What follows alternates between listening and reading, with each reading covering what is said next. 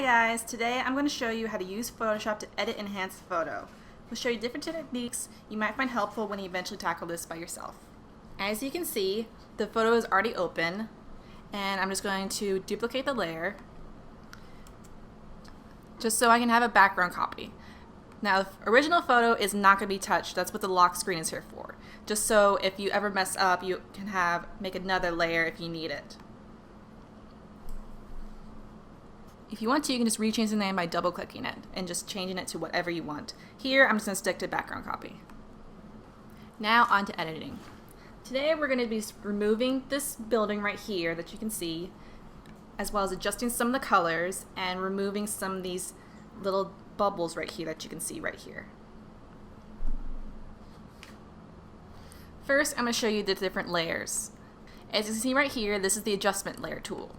You can add different things like hue, saturation, vibrance, exposure, levels, curves, and it'll do things like, for brightness and contrast, you can change how bright a picture is and how an image will contrast. We're not going to be using that for today, so we'll just unclick that and then delete it. Instead, I'm going to bring out the blues by using the vibrance layer. I'm just going to go here, and then I'm going to change it up to, I'd say, 100. You can tell that it got a lot more blue, the sky and the water got a lot more blue, as well as some of the details in the buildings you see. The trees have gotten a lot more bright as well.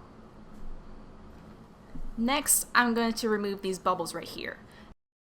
Make sure that you are on the correct background that you want to edit, because if it's just on the vibrance layer, it's not going to do anything. So I want it to be on the background copy.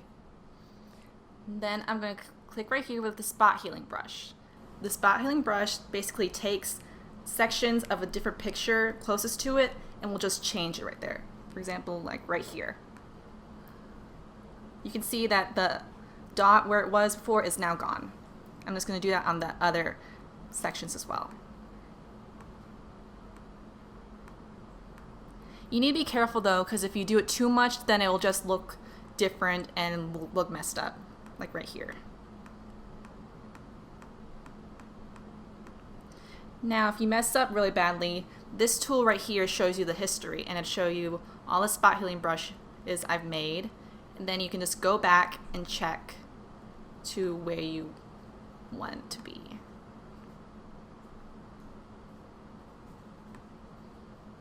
So that's where I was and where I want to keep it at.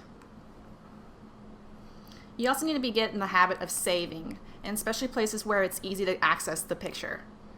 So I have it on my PSD. It's already at the folder where I want to save it at, so I'm just going to click Save. And you're going to hit OK. Now I'm going to remove this building you see right here. To do that, I'm going to hit Quick Selection, and again, make sure that you're on the background copy.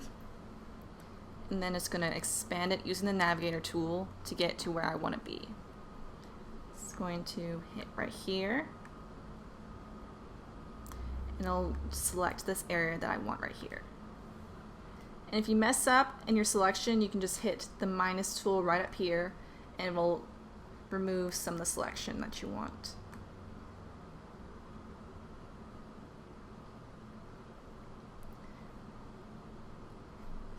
There's some areas that I missed right here, so I'm just going to go back to the plus sign and just expand it a little bit. I messed up a little bit, so back. Now that I have my image selected, I'm just going to go to Select, Modify, and Expand. I'm going to expand it by 10 pixels, and it'll expand it all around. Now that that's done, I'm going to go to Edit, Fill, Content Aware, Normal, and 100% opacity. And have it done right here. I'm going to deselect it now, and see right here, that's gone. Now the building is gone, but there are some images you see right here in the water, so I'm going to use the Clone Stamp tool. Clone Stamp will basically take a selected area of the image and just stamp it onto the selection. To do that, you're going to hit the Alt key and take your selection and just remove it. You can make the stamp tool a bit bigger using the bracket keys. See here, I'm making it bigger or smaller.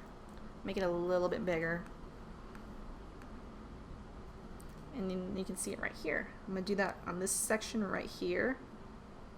Going to select, going to make the brackets a little smaller, and then hit Alt, select it, brackets a bit bigger, then just stamp. Now I could do this right here, but I'm not going to because it'd be a very long process to get it right. So I'm just going to move on.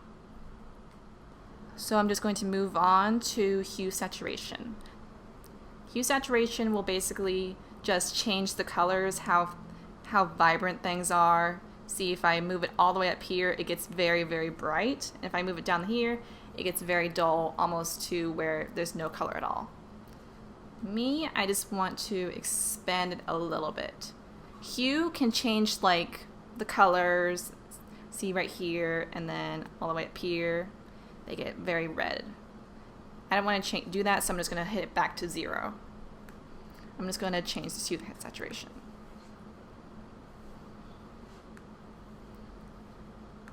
You guys can move it to wherever you want, but I'm going to leave it at 30. Right here. Now you can see this is how I want it to be. And now you can combine it all together.